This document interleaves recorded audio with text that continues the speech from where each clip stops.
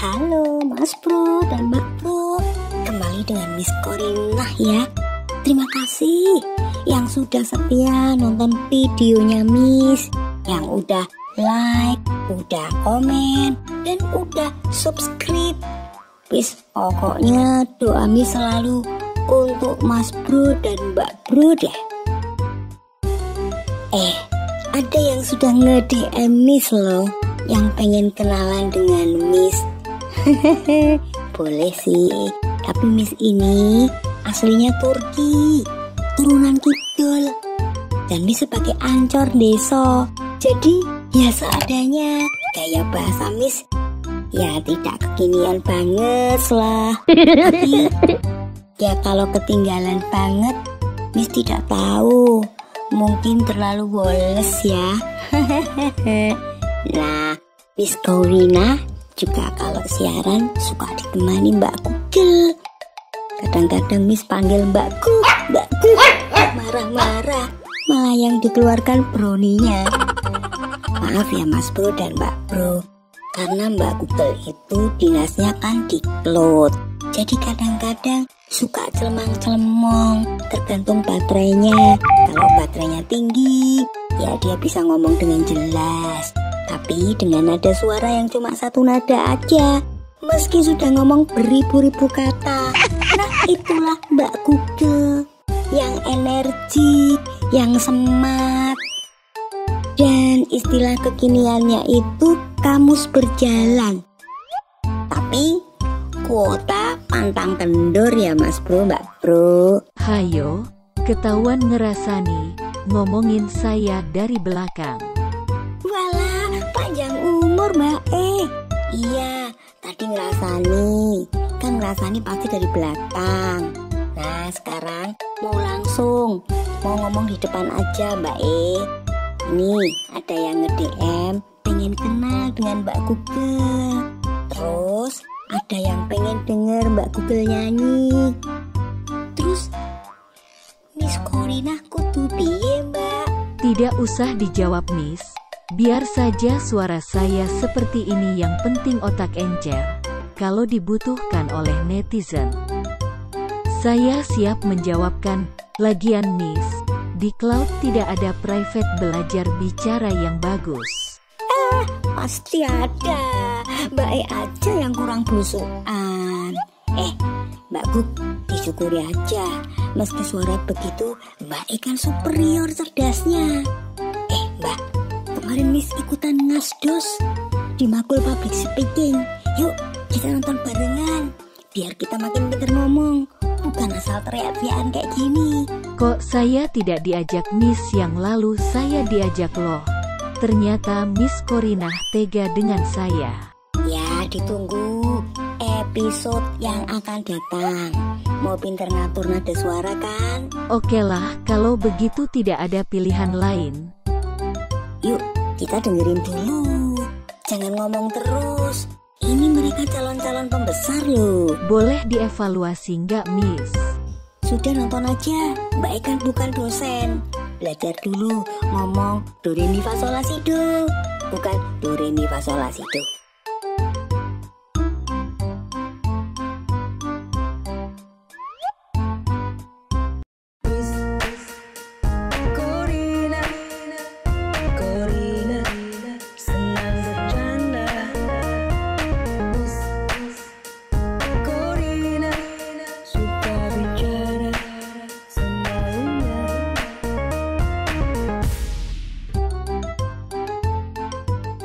Miss, ini di mana?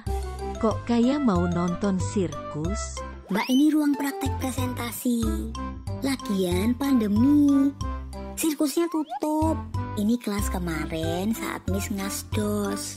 Mereka diminta presentasi dua-dua untuk tes chemistry. Berbagi bicara yang adil, biar imbang, biar saling kenal. Meski kuliahnya online. Yuk, kita nonton dulu.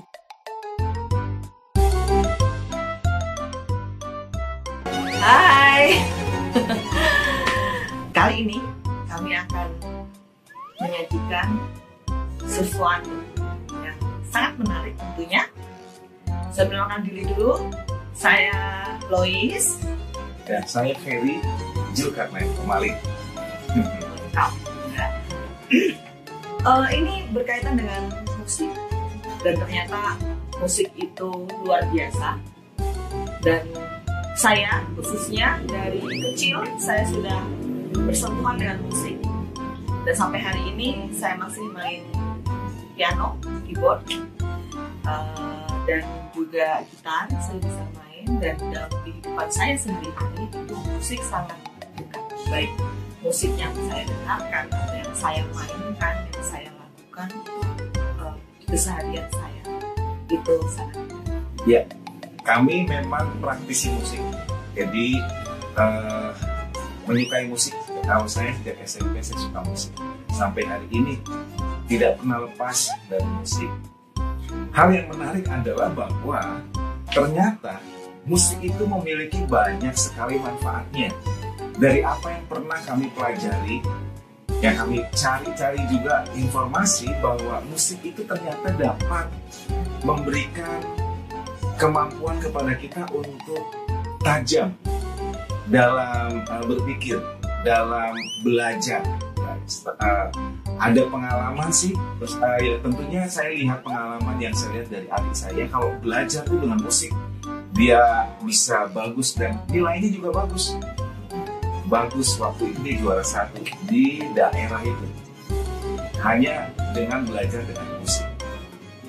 Untuk sisi kesehatan juga banyak manfaatnya, ya, menaikkan imun tubuh. Jadi ada hormon hemoglobin yang diproduksi lebih banyak ketika kita mendengarkan musik. Dan juga untuk yang stroke itu mempercepat ya proses penyembuhan. Untuk perkembangan anak-anak juga udah biasa ya, dari bayi, dan semuanya itu memang sudah ada penelitiannya. Jadi kami menyampaikan ini juga berdasarkan data-data yang sudah kami lihat, kami pelajari dari berbagai artikel. Iya. Dan saya juga ada salah satu rekan saya, dia bekerja di peternakan yang jumlahnya puluhan ribu. Dan saya dapat informasi yang luar biasa adalah bahwa peternak ayam horn ya, dan dia ternyata memakai musik untuk membuat ayam-ayam itu lebih tenang. Dan bukan hanya itu, ternyata perkembangan dan pertumbuhan ayam ini menjadi lebih baik dari kalau tidak menggunakan musik. Kami juga mencoba mencari rekan dan sahabat kami, dan ternyata juga menggunakan musik dalam usaha di perkebunan pertaniannya. Ya, saya akan perkenalkan, ini adalah Bongbong Farm Field yang ada di Lembang di Jawa Barat. Jadi perkebunan yang luas ini menghasilkan banyak hasil pertanian, brokoli, paprika, sayur-sayuran segala macam, bahkan juga bunga-bungaan, anggrek ya yang sempat disebutkan, juga peternakan juga ada. Jadi ini, dan saya kenal baik dengan pemiliknya, dan saya sempat mengadakan kita wawancara dengan beliau karena memang yang saya dengar informasinya bahwa dia menyertakan musik dalam perkebunannya, dan saya rekaman untuk waktu saya wawancara. Dan menariknya, perkebunan ini organik, jadi menghindari kimia-kimia, tapi hasilnya luar biasa. Karena salah satunya dia pakai metode musik. Musik diputar 24 jam. 24 jam. Ya, mari kita dengarkan rekaman wawancara saya. Pak Yo. Gimana? Enggak, itu aku mau nanyain aja, telepon aja sebentar ya. Aku pengen data aja sih yang tentang Bongbong Farmmu itu loh. Kenapa? Yang pakai musik toh. Oh, itu terus piye yo? Maksudnya kau pasang musik di setiap sudut tanaman atau gimana? Iya. Oh, 24 jam. 24 jam.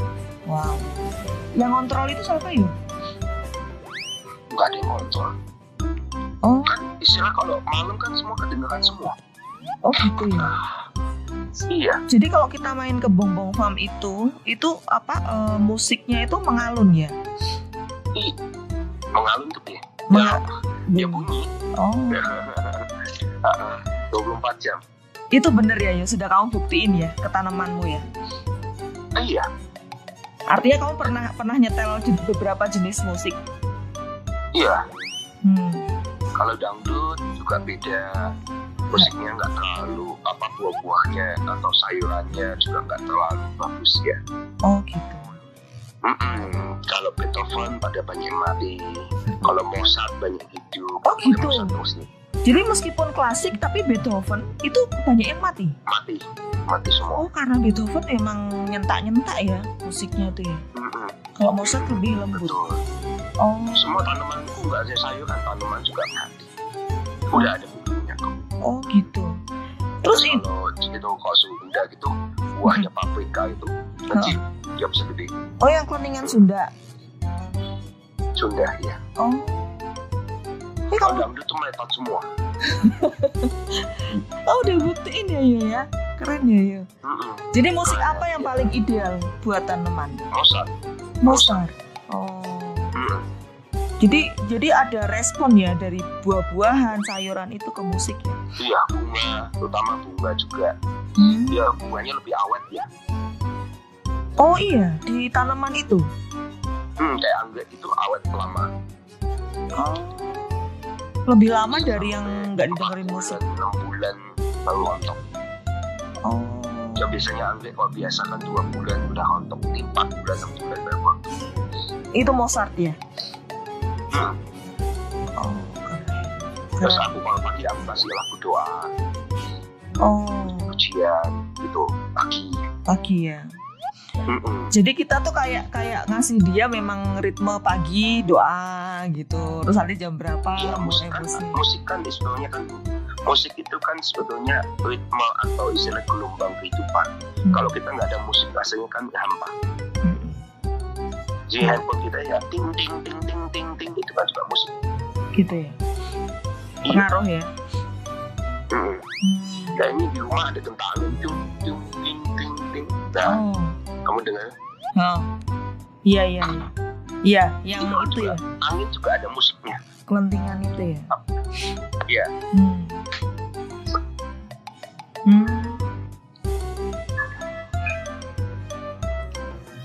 Oh. Iya, aku denger ya. Iya. Soal air, jatuhnya air itu kan juga musik.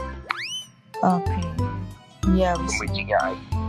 Musik itu kan bukan hanya sound system aja, tapi kan juga dari alam ya. Oh, suara itu ya. Suara. Ya kalau punya kebun tapi kosong buat apa? Ya kan? Harus ada musiknya. Yo, tadi aku buka di Instagrammu yang Bongbong Farm itu. Keren yo, serius. Keren. Aku ngeliatin tuh serius. Cuman aku emang lagi cari yang gambarnya yang ada. Aku ngeliat misalnya di kebunnya itu pas ada corong musiknya atau apa, aku lagi nyari itu sebenarnya. Tapi nggak kerekam ya Yo ya. Tadi aku minta itu asistenku untuk videoin deh. Oh apa gitu. Di mana itu paprika. Jadi bisa nanti aku kirim ke kamu. Enggak, pertanyaannya suamiku tuh gini. Itu dipasang di mana di kebun seluas itu gitu loh, pekarangan seluas itu sampai suara musik itu bisa menjangkau, atau memang kamu pasangnya misalnya di kebun anggrek, kamu pasang satu di kebun apa? Speaker itu masing-masing di greenhouse itu ada 2. Terus kemudian di kebun itu kan aku beli selalu sepasang ya speaker ya. Speaker Bose itu 2 biji. Ada di Yamaha itu di jembatan. Karena Yamaha jembatan kan nggak ada sedikit tanamannya, jadi tetap ada musik gitu. Coba nanti aku suruh staff aku untuk videoin, kalau sudah selesai aku kasih kamu ya.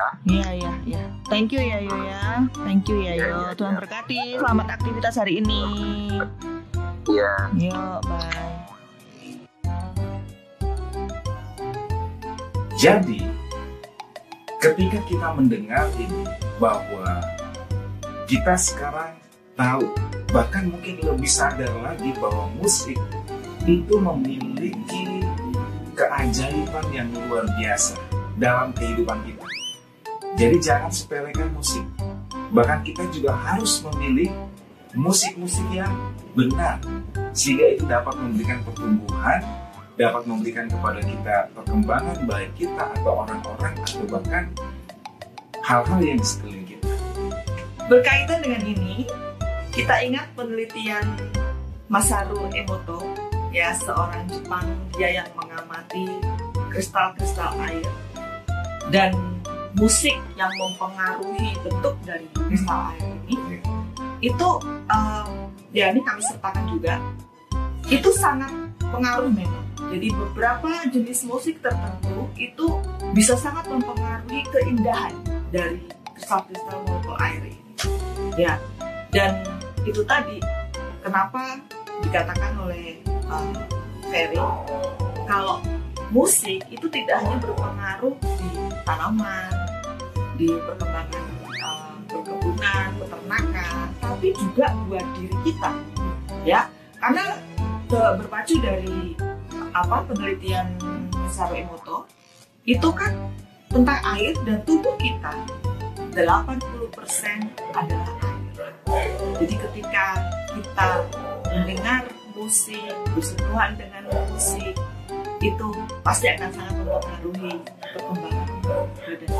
Ya, itu benar. Jadi kita akhiri, musik jangan pernah disepelekan dan jangan salah memilih musik, karena ada musik-musik tertentu yang membuat kita itu bisa terbangun, sehat atau merusak. Oke, saya pikir kita sependapat, ya. Jadi cari musik yang baik, hiduplah bersama dengan musik. Nikmati perkembangan kita dan kesehatan kita semua. Miss, itu bapaknya apa di mute sama ibunya? Ya tidak lah. Itu yang ngomong banyak ibunya. Wah, kalau ngisi di seminar beneran, gajinya lebih banyak ibunya itu, Miss. Mbak itu tidak boleh banyak komen ya, bukan dosen. Bis aja saat ngasdos, komennya dalam hati, guyunya aja dalam hati semua. Lagian ya Mbak, bapak dan ibu itu suami istri, yang pasti duitnya jadi satu. Nah itu Miss komen. Tapi kan dalam hati. Sudah toh Mbak Gup, kita nonton yang berikutnya ya. Pada kesempatan hari ini kita akan mempresentasikan bersama tentang laziness is the enemy of life, yang akan pertama disampaikan oleh Piki. Silakan Piki. Baik, terima kasih Debbie. Nah, ini foto kita. Oke, langsung saja kita masuk di dalam pembahasan. Malas itu enak dinikmati. Setuju nggak, Deb? Wah, setuju sekali. Pasti setuju sekali. Kita pasti suka, malas itu paling suka. Nah, tetapi ingat loh, itu adalah enemy. Enemy itu apa sih? Enemy itu musuh. Artinya itu yang harus kita perangi di hari-hari ini, di tengah kemalasan kita. Ngeri sekali nih. Nah, pernahkah Anda, contoh aja Debbie aja sih, Debbie aja. Wah ini ya. Nih yang tetapi ini gagal ya. Pernah nggak ya? Wah ini cewek-cewek sering nih ya, ibu-ibu ya. Wah ini sering nih diet gagal ya, maunya diet tapi makan banyak.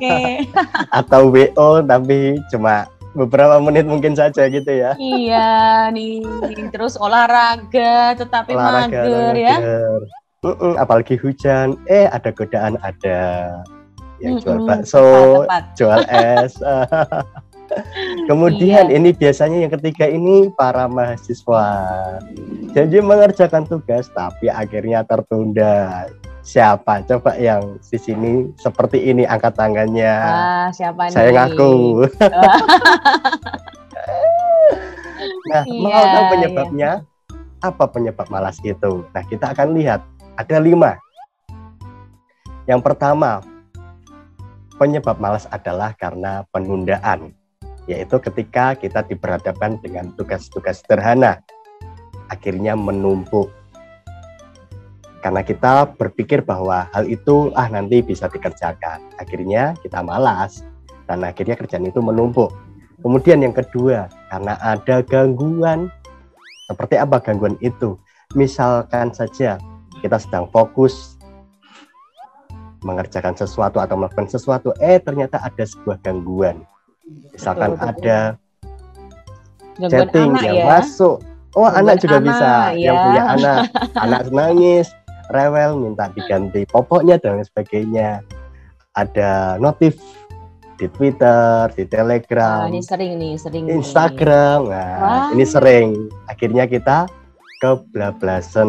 Akhirnya kita lebih fokus kepada main medsos dan mengerjakan tugas kita. Kemudian yang ketiga, yaitu karena gaya hidup yang buruk. Ini menjadi penyebab juga. Kita tidak memikirkan rencana. Akhirnya kita melakukan hal-hal yang nggak penting, yang nggak berfaedah kita lakukan. Kemudian yang keempat, kita kurang bertanggung jawab. Kita menyuruh orang lain untuk melakukan tugas yang seharusnya kita lakukan, tapi kita menyuruh orang lain. Mungkin saja kita membayar orang lain untuk melakukan tugas kita. Aduh, ngeri ya. Ngejogein tugas kan bisa saja ya, karena kita malas untuk mahasiswa. Terus kemudian yang terakhir, yang kelima, apa sih penyebabnya? Terlalu banyak hal yang harus dilakukan. Akhirnya otak kita ini cenderung menjadi bingung dan lambat. Karena bingung, mikir banyak.